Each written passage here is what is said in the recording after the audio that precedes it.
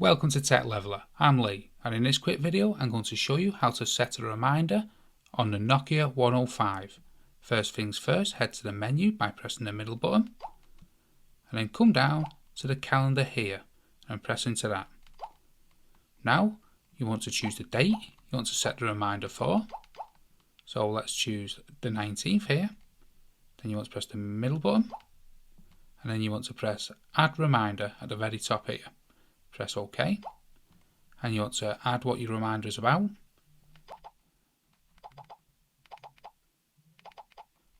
And then you want to press OK once you've added the reminder. Now you can have alarm on or alarm off. I'll select alarm on, and then you want to press the time. So these are the hours, so